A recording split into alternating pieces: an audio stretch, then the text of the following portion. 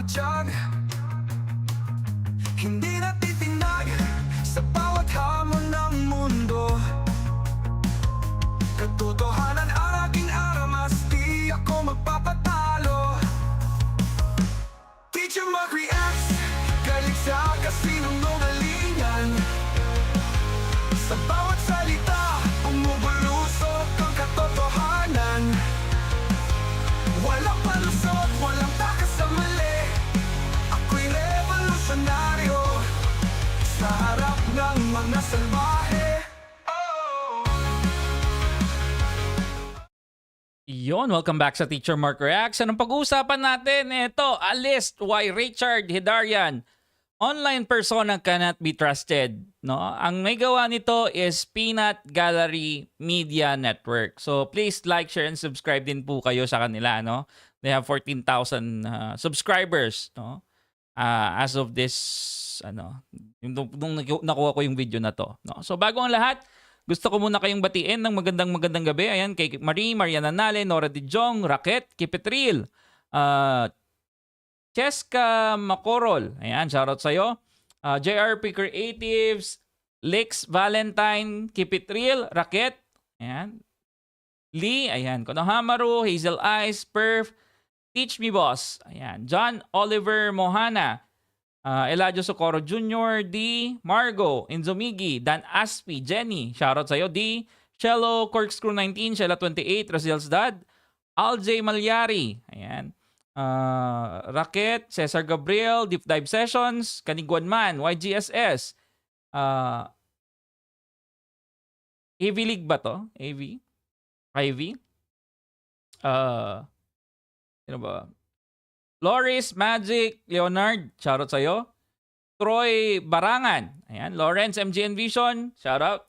So, sa ating Facebook, ayan, si Kenneth, si Kit, si Constantino, nandiyan din lagi si Violet Bravo Alpha at si Led Vega. So, pakinggan natin to.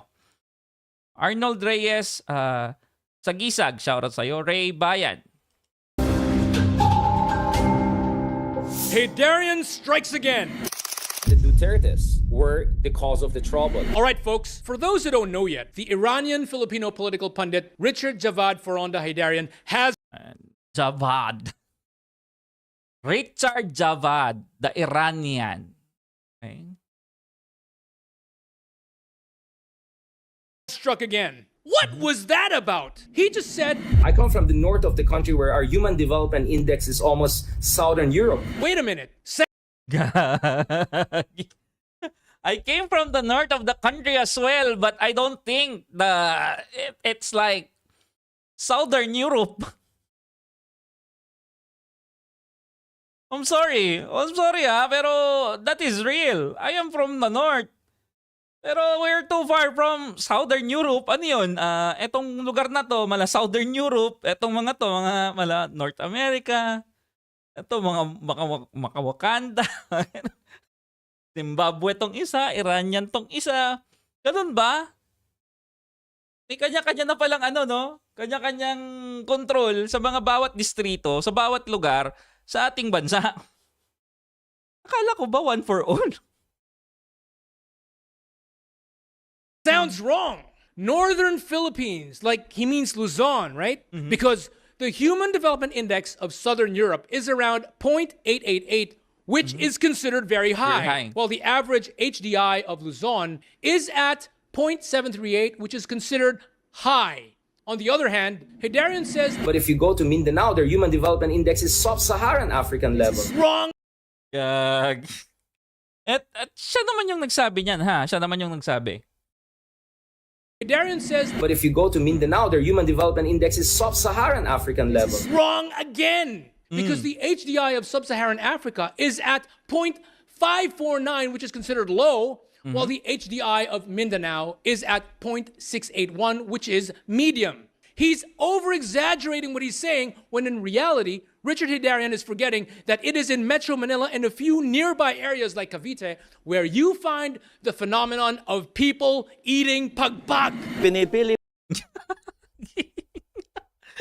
So, well, doon sa mga taga Southern Europe, do you eat pagpag?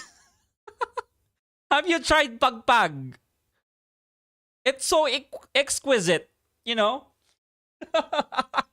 It's yumming. Lapagpag. It's a must-try delicacy in the Philippines, okay? For those people who lives in the southern part of Europe, when you go to the Philippines, tell someone, no? Can I try the pagpag?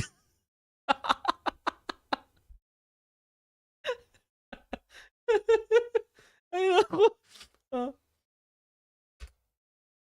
po ni nanay ay yung mga pagkain na tira-tira. What's pagpag? This consists of leftover meat that had already been thrown into the garbage, scavenged by really poor people, washed a few times, then recooked, all because of extreme poverty. Mapipilitan mong trabaho ay para mayroon akong ibabigay. This is happening in Luzon in the northern Philippines, whereas the pagpag phenomenon is It's refurbished random pig casserole.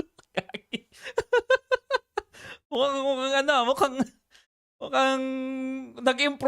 nag-improve yung lapagpag.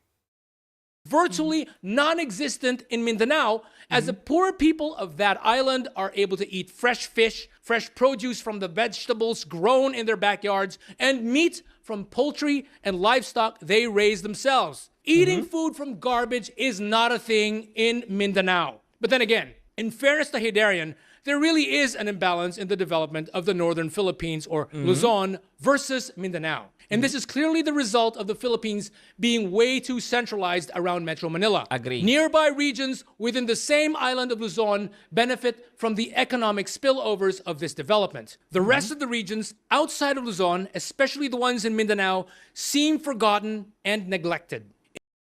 Try mo tanongin si Neil. Mahilig sa LT food yun eh. Neil, LT food ba yun? Lapagpag? Isn't that why we should actually be talking about the need for federalism? That's one of the things where Heydarian and I have disagreements, because he is generally opposed to federalism or any moves to get the Constitution amended. Anyway, because of what he recently said, lots and lots of Filipinos are up in arms. That includes the City Council of the city of Isabela in the province of Basilan, which declared Richard Javad Heydarian to be a persona non grata. Kagi. Partida ha, partida. Isabela. Hindi naman sa Mindanao yun. Hindi naman. Pero, you got declared as a persona non grata. You and your loose mouth talaga, di ba? Tapos sasabihin mong, yung palusot niya, no? No, wala naman akong sinabing gano'n. They're just twisting the words, no? That I've said. Di ba? Na, of course, I love Mindanao. Oh. It also turns out that his own former Isabela Basilan. Okay. Akala ko sa Isabela talaga. professor at the University of the Philippines, Diliman, my own personal friend, mentor, and collaborator in the pursuit of constitutional reforms, Professor Clarita Carlos, posted on her Facebook account the sheer audacity of one who labels Mindanao as sub-Saharan.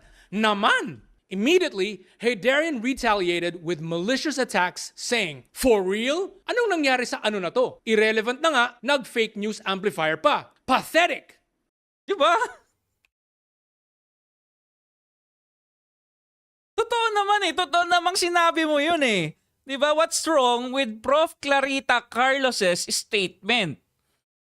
Diba? It's just criticizing news, calling Mindanao as sub-Saharan. Diba? Tapos sasabihin mo, fake news amplifier? Ad home lang. Siyempre. Yun yung pinakamadali. Professor yan, ha? Anong nangyari sa ano na to? Irrelevant na nga, nag-fake news amplifier pa. Pathetic!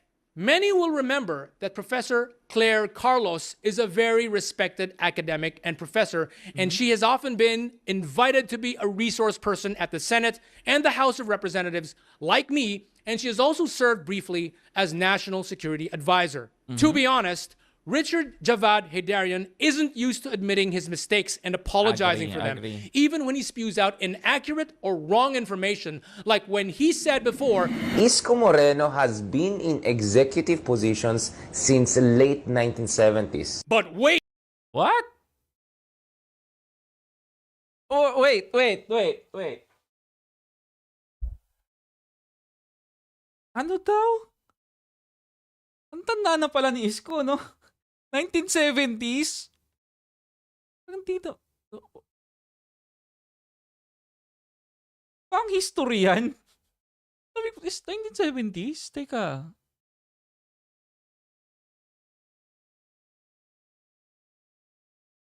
Itong mga 1980s, 90s, ganun. Nasa That's Entertainment pa siya eh. 78 na Cisco. Di ba? Okay. Isko Moreno was born in October of the year 1974. So when Heydarian says that Isko Moreno served as mayor of Manila in the late 1970s, how's that possible? Is he saying 4 years old siya. Gagi. Ang lupit naman ni Isko, no? 4 years old siya. Naninilbi na siya sa bayan. Diba? Panis. that Isko Moreno was mayor of Manila in 1979 when he was only around 5 years old?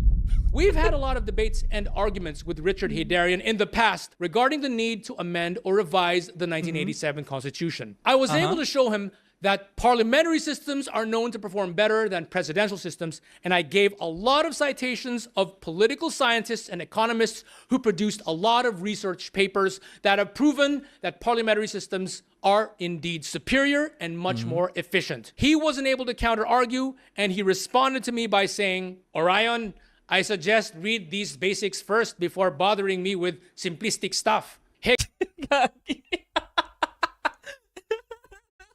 Inadominim siya. Ano ba naman yan, Heydarian?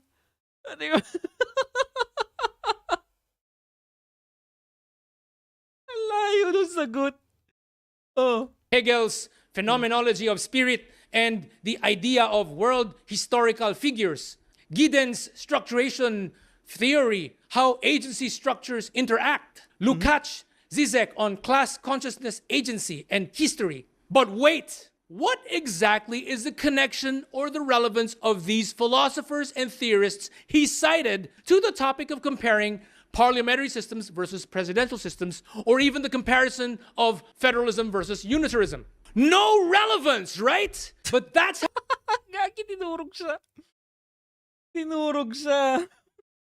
how he is. He'd insert red herrings and other irrelevant and totally unrelated topics, apparently just to confuse or befuddle his audiences or to announce that I'm better than you because I've read these. Anyway, in the correct movement, we have a lot of advocates who have tried having discussions with him, and one such advocate said to him on the old Twitter platform, now known as X, Sir, I believe Dr. Francis Fukuyama himself is one of those famous PhDs who says that the parliamentary system is superior to the presidential system and that the USA should just shift over to the parliamentary system. Heydarian immediately responded with, false!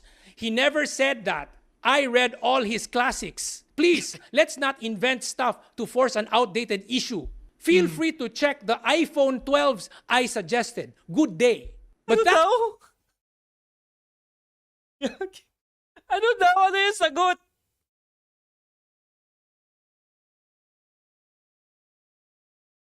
First of all, no? Sabi niya, false. Tapos, nag-claim siya. Okay? Nag-claim siya na let's not invent stuff to force an outdated issue. Tapos, ewan ko kung saan na siya napadpad. Napadpad na siya ng iPhone 12s. Ano ba naman? Oh, prof nyo ba't ganyan? feel free to check the iPhone 12s I suggested. Good day. But that same member responded and included a clip of a video of Dr. Fukuyama. Thanks for the suggestion, sir. But here's a video of Dr. Fukuyama saying that America should have gone with the parliamentary system in the first place. I think I would actually shift from a presidential to a parliamentary system, because I just think they work better. There you go, folks. What do you think? Are we still going to allow ourselves to be fooled and hoodwinked by a self-proclaimed expert who has repeatedly spewed out inaccurate or downright wrong information? Isn't it Baka sabihin ni Heydarian, Sir Orion, na, no, that is AI. AI made. AI made. Kaninong prop yan? Pakisundo daw, oh. Yung prop nyo kasi nagkakalat, eh. Hindi expert si Heydarian, chismosa lang. it possible that this is one of the key problems of the Philippines, which is why we're not able to fix the flaws of our country, because there are people embedded within mainstream mass media who obviously have a political agenda aimed at misleading the public towards a particular direction instead of talking about facts, updated research, and the truth. My name is Orion Perez Doom Doom for PGMN. I'll give this one to Professor Orion, no? Very good, very good. Parang PCO ba, Orion? Parang ganon. No? I'll give this one to him, no? Galing. Nasunog si Heydarian. Sasabihin na naman nun, troll activated. Ganon lang naman yung sasabihin ni Heydarian lagi, eh. Yung mga yan, they're twisting my words. Mga troll activated yung mga yan. Diba? Galing Green Hills yung iPhone 12s ni Heydarian. Ay, diyan siya magaling sa magyabang, sabi rito. Tawaging mga hindi agree sa kanya na troll. Actually, yun nga yung nakikita ko sa kanya, eh. If there are people, no, who are criticizing him for his ideas, no, ang ginagawa niya, he just brush it off by saying na, yung mga yung troll yung mga yan. They're just there to, alam niya, malign me. Parang ganon. Which is, kung makikita mo naman yung mga, mga nag-message, it's legitimate naman yung tanong sa'yo. Why would you dismiss it as trolls? Diba? Naging na lang eh, naging auto-response niya yung trolls yung mga yan. Trolls yung mga yan. Diba? Teach, last sa lista yan. Hindi din sanay sa criticism. Sa government. The government wants you. Pareha sa government. Government doesn't want criticisms. Most of them actually does not take criticisms well. Okay? Mas pipiliin ko pa si Sas kaysa kay Heydarian, sabi rito. Kaya pala. Teacher Mark, di nga siya manalo sa argumento kay Coco Locoy. Sa bad trip ni Heydarian at na-checkmate siya, black siya si Coco. Nakakahiya, di ba? Nakakahiya. You're calling yourself a professor and you're saying na you're expert for this and that. Pero you cannot even defend yourself properly. You cannot argue properly. Ano na? Diba? Baliw yan si Javad. Automatic troll. Pag troll ka pag kinorek mo yung Arabo na yan. Ano yan eh? Kasi they don't want to be discredited online. Kasi nga kapag 'di ba yung nila, mga persona nila, it was created na magaling ako, alam ko lahat 'yan. I am well versed to this. Tapos pag ayaw nilang mapahiya kasi feeling nila mabawasan sila ng subscriber because of mali yung nasabi mo, which is that's normal. You are a human being. You don't hold all the knowledge in the world. So if someone corrects you, learn and then move on. Say sorry kung mali yung nasabi mo. That's it.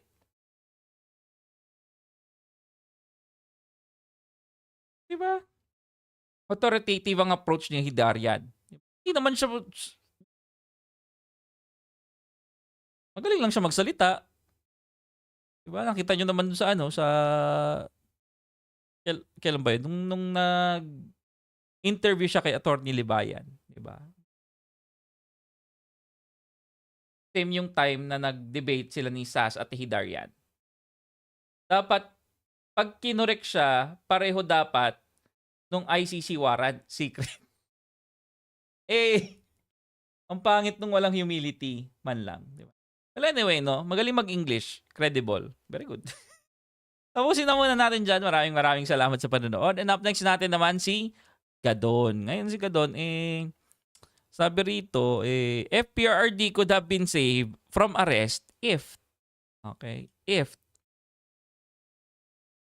medyo madugo-dugo tong kay Gadon So, yun lamang guys. Maraming salamat. This is Teacher Mark out. Bye-bye guys. Eleksyon, andyan ka na naman. Pangako mong bago, luma ang laman. Ayuda lang ang laging sagot, pero bulsa mo ang mas busog. 20 pisong bigas ang sabi, ngunit sa palengke presyo'y lumalaki. Pogi points lang ang iniuna, habang bayan ay naghihirap pa.